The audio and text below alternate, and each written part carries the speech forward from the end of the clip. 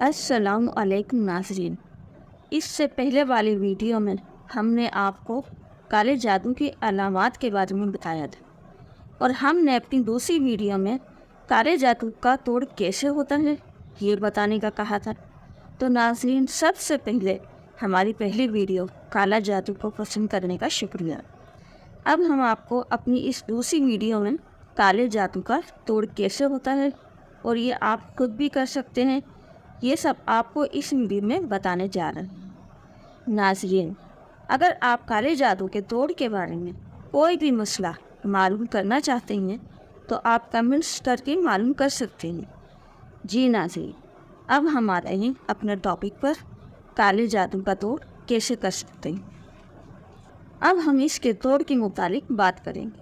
جیسا کہ میں نے پچھلی ویڈیو کے آخر میں کہا تھا کہ اگر آپ کے والدین حیات ہیں تو وہ لازمی نماز پڑھتے ہوں گے، ان سے زیادہ دعائیں لیں، ان کی خدمت کیا کریں، کیونکہ والدین کی دعائیں سیدھی عرش پر جاتی ہیں۔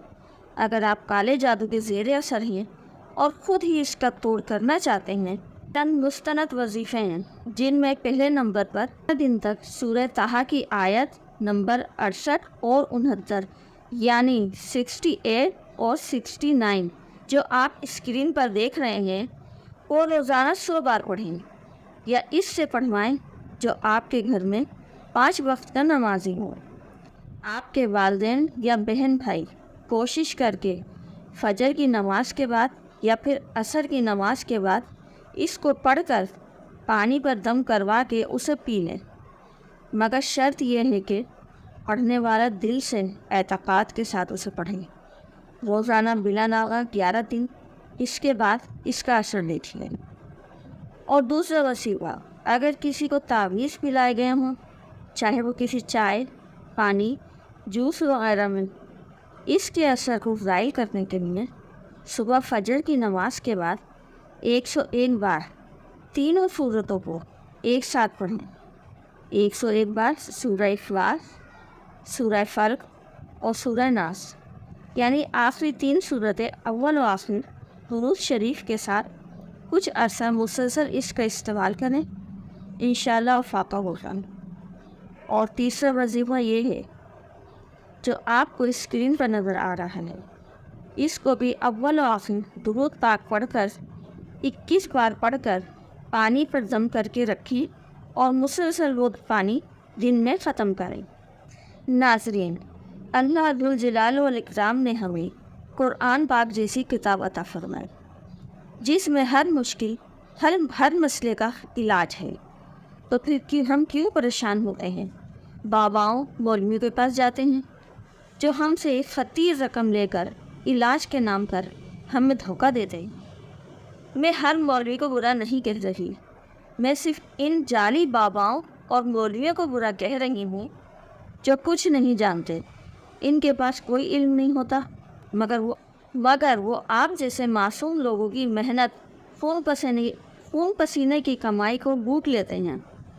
اس دنیا میں ایسے نیک مولوی بھی ہیں جن کے پاس علم ہوتا ہے اور وہ اپنا علم خلق خدا کو فائدہ پہنچانے میں استعمال کرتے ہیں۔ ایسے خدا کے نیک بندے کوئی رقم نہیں لیتے، وہ فی سبیل اللہ لوگوں کا علاج کرتے ہیں۔ پہلے تو آپ خود اپنا علاج کرنے کی کوشش کریں، ورنہ کوئی ایسا خدا کا نیک بندہ تلاش کریں جو آپ سے کوئی رقم لیے بغیر آپ کا علاج کرے۔ ایسے لوگوں کے ہاتھ میں شفا ہوتی ہے، ان کے علاج سے لوگ ٹھیک ہو جاتے ہیں۔ میں نے بھی اپنے شوہر کے لیے یہ وظیفے پڑھے ہیں جو میں نے آپ کو بتائے ہیں، اور اللہ کے کرم سے فائدہ بھی ہوا ہے۔ ایک اور بات آپ کو بتانا چاہتی ہوں کہ یہ جو آپ لوگ گلی کوچوں میں ہر سڑک کے ساتھ دیواروں پر جو لکھا دیکھتے ہیں کہ فلاں بابا آپ کا ہر مسئلہ حل کر دے گا، فلاں بابا جادو کرنے اور جادو کے توڑ کا ماہر ہے، تو میری آپ سے درخواست ہے کہ آپ پلیز ایسے لوگوں سے دور رہیں، یہ آپ کا ایمان خراب کرتے ہیں۔ آپ نے سنا ہے نا کہ جادو کرنے والا اور جادو کروانے والا دونوں دوزخ میں ہیں۔ ایسے لوگوں کو نہ دنیا ملتی ہے اور نہ آخرت۔ تو ناظرین، کیسی لگی آج کی ویڈیو؟ کمنٹس میں ضرور بتائیے گا۔ ملتے ہیں اگلی ویڈیو میں کسی اور ٹاپک کے ساتھ انشاءاللہ۔ آئندہ ویڈیو تک کے لیے اللہ حافظ۔